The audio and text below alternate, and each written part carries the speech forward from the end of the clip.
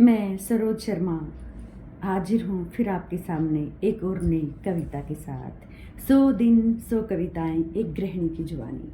ये चैलेंज मैंने अपने आप को दिया है कि मैं 100 दिन लगातार 100 अलग अलग नई कविताएं आपके सामने रखूँगी और मेरी कोशिश रहेगी, कोशिश क्या है, पूरा विश्वास है कि मैं अपनी मंजिल 100वीं कविता तक जरूर पहुँचाऊँगी।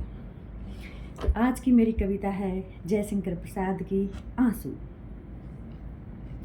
इस करुणा कलित हृदय में अब विकल रागिनी बजती, क्यों हाहाकार स्वरों में वेदना असीम गरजती।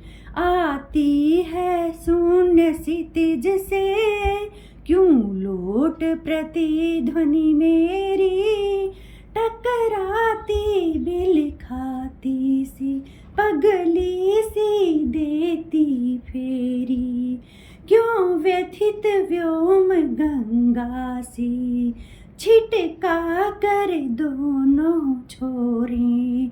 चेतना तरंगिनी मेरी लेती है मृदुल हिलोरे, छिल छिल कर छाले फोड़े, मल मल कर मृदुल चरण से धुल धुल कर वह रह जाते। आंसू करुणा के जल से इस विकल वेदना को ले, किसने सुख को ललकारा वह एक अबोध अकिंचन, बेसुध चैतन्य हमारा। अभिलाषाओं की करवट फिर सुप्त व्यथा का जगना, सुख का सपना हो जाना भरी पलकों का लगना। जो घनीभूत पीड़ा थी मस्तक में समृति छाई, दुर्दीन में आंसू बनकर वह आज बरसने आई। मेरे कृंदन में बजती क्या वीणा जो सुनते हो, धागों से इस आंसू के निज करुणा पट बुनते हो। रो रो कर सिसक सिसक कर कहता मैं करुण कहानी, तुम सुमन नोचते सुनते करते जानी अनजानी। झंझा झंकोर गृजन था बिजली सी थी नीरद माला, पाकर इस शून्य हृदय को सबने आ डाला डेरा।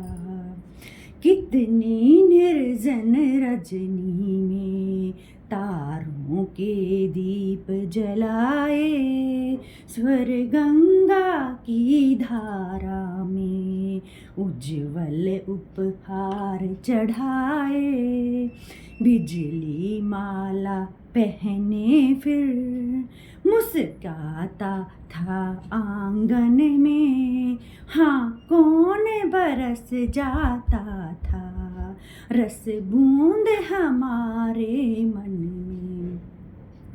गौरव था नीचे आए प्रियतम मिलने को मेरे, मैं इठला उठा अंकिंचन देखें जो स्वप्न सवेरे। मधुरा का मुस्काती थी पहले देखा जब तुमको, परिचित से जाने कब के तुम लगे उसी क्षण हमको।